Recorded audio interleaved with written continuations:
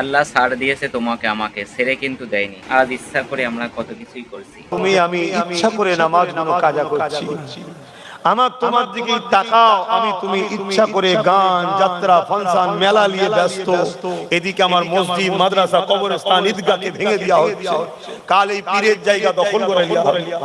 ভাবো ভাবো, আল্লাহ তোমাকে আমাকে ছেড়ে দেবে মনে হচ্ছে?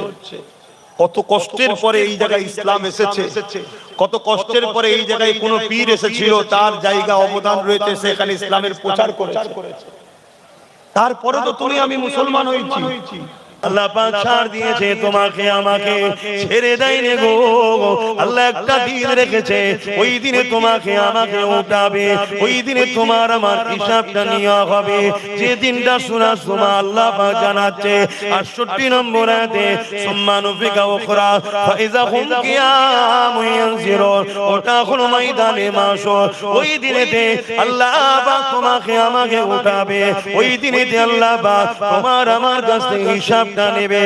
ওরে আমার বান্দারে, হাত দিয়েছিলাম আমি, এই হাত দিয়ে আমার জন্য কি করেছি বল?